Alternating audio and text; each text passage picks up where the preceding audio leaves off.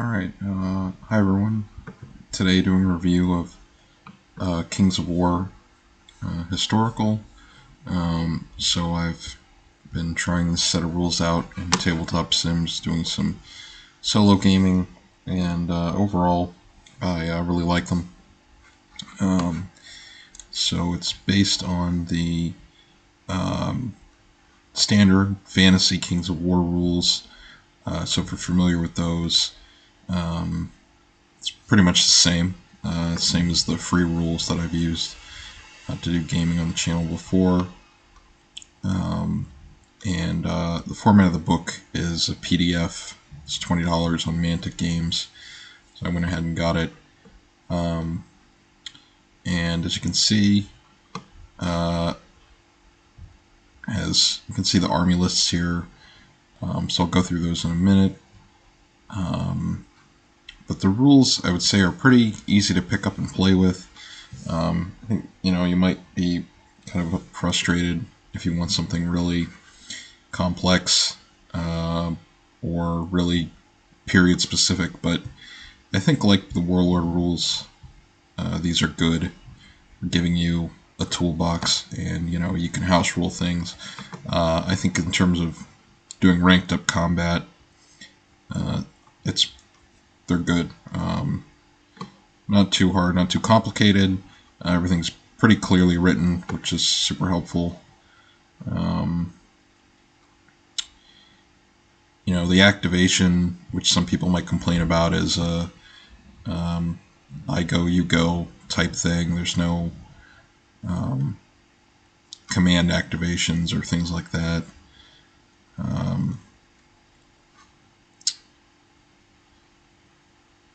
Yeah, so and for historical gaming, so Kings of War fantasy, everything is on a standard footprint for different units, but let's see if I can find that. Yeah, it's pretty forgiving. It says you can use different basing and scales, and it's no big deal. The only thing you have to keep in mind is the terms that they use: troop, regiment, horde, and legion changes, and I'll mention that when I get to the army lists. We have some veteran abilities, a bunch of scenarios, and then you have all of the special rules. So the way the book works, you have a main list of units that can be used basically for any period. And as you can see, let me zoom in a bit, the unit size depends, and they go into detail what that means if you want to use this Kings of War standardizations, but just means bigger units, how they're based and ranked up, and their stats are a little different. Obviously, bigger unit can take more, but the nerve means is for their morale, so bigger unit can take more hits, to sum up quickly. And then you get into all of the army lists, and there's quite a few. I think, Ancients, I think it's a pretty good list. So the way it works is you pick from the master list, and then they give you, depending on the army you're trying to represent, a few different special units. And the one thing that I was confused about was they have a Crusader army or army list,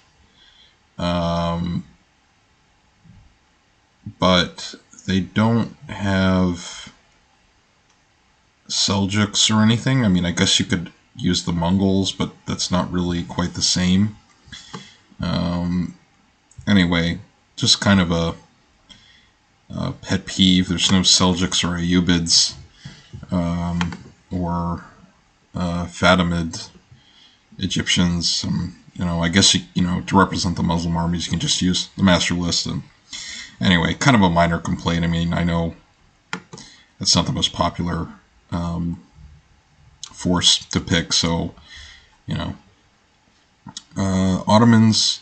So I do have an Ottoman list, which is nice. I also have a Byzantine list.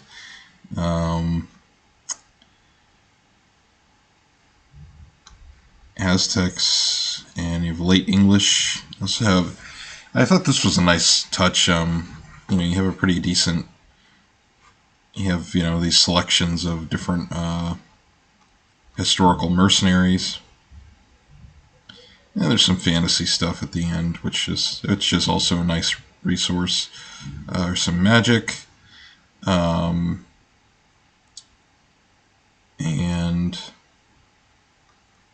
as a guide on how the footprints of units.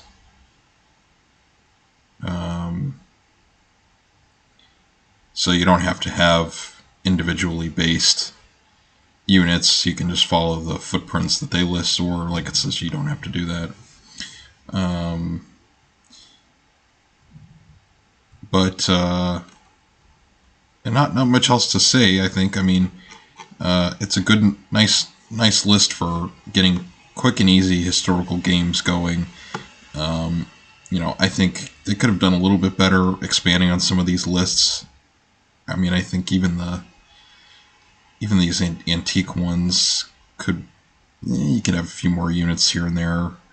But anyway, I think that kind of is missing the point of the rules, that this is meant to be a nice, easy to play historical game. And I think if you were trying to run a convention game, or trying to just play a game with maybe people in a club, this is a great set of rules and really easy to read and follow. And the sequence of play is pretty simple. Another thing I like a little bit better than some of the Warlord